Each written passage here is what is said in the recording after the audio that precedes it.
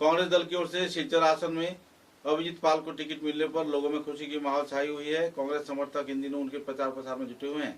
हाल ही में उनका नए कार्यालय का भी आनुष्ठानिक तौर पर उद्घाटन किया गया। प्रचार अभियान जोरों पर चल रही है।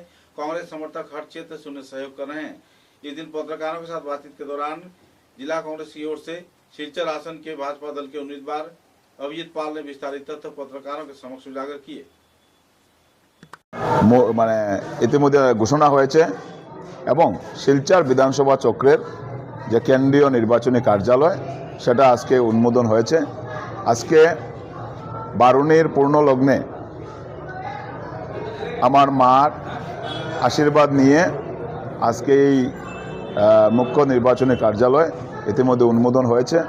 এখানে জেলা কংগ্রেস সভাপতি ছিলেন এবং জেলা কংগ্রেসের বরিষ্ঠ কর্মকর্তারা ছিলেন, বিভিন্ন শাখা সংগঠনের কর্মকর্তারা ছিলেন এবং যারা শিলচরের বিভিন্ন ওয়ার্ড কংগ্রেস, মণ্ডল কংগ্রেস থেকে শুরু করে আমার কংগ্রেসের অনেক কর্মকর্তারা আজকে এখানে উপস্থিত ছিলেন। সবাই আশীর্বাদ নিয়ে আজকে এই মুখ্য নির্বাচনী কার্যালয় আজকে থেকে